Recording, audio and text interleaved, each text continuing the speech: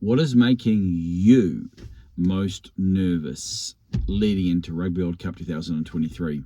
What is keeping you up at night?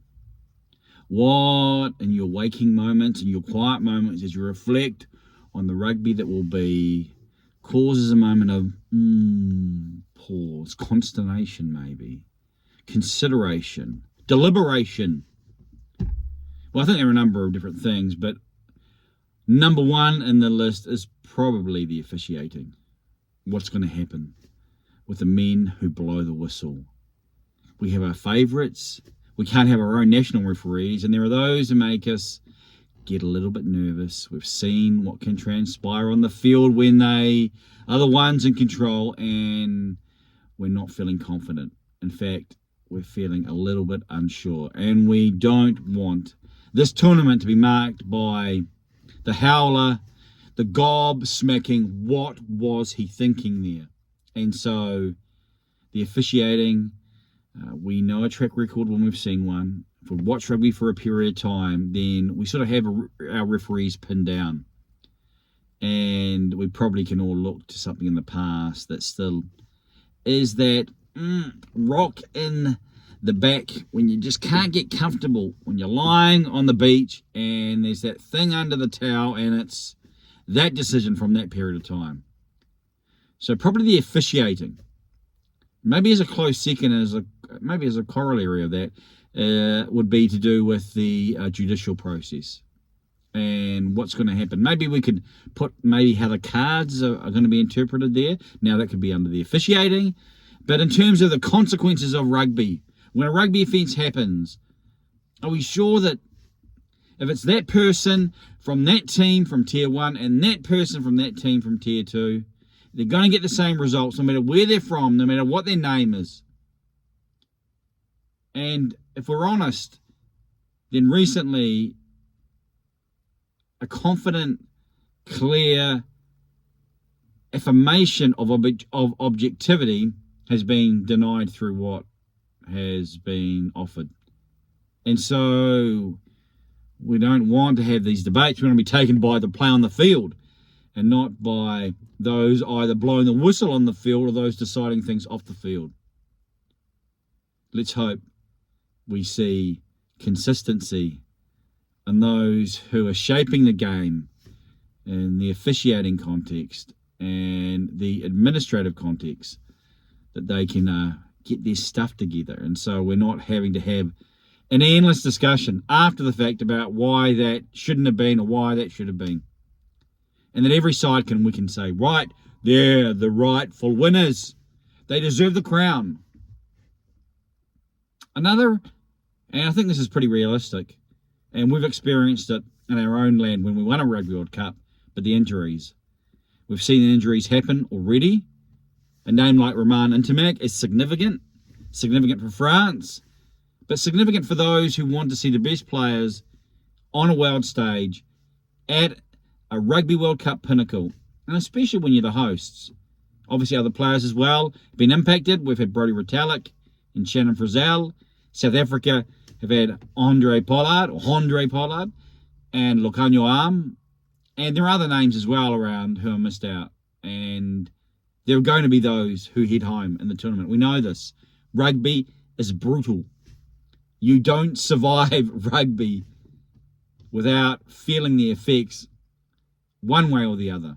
And so we hope, for our own team's sake, our own nation's sake, that we don't lose the real people who count.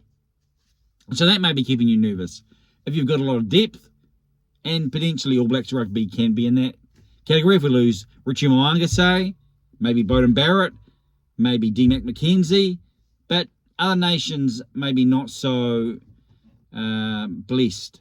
And certain nations where if they lose a DuPont or a Sexton, you got to think that's going to have pretty significant ramifications. So maybe it's the players and the injuries, not just from your own team, but the wider rugby ethos and wanting the best players to remain.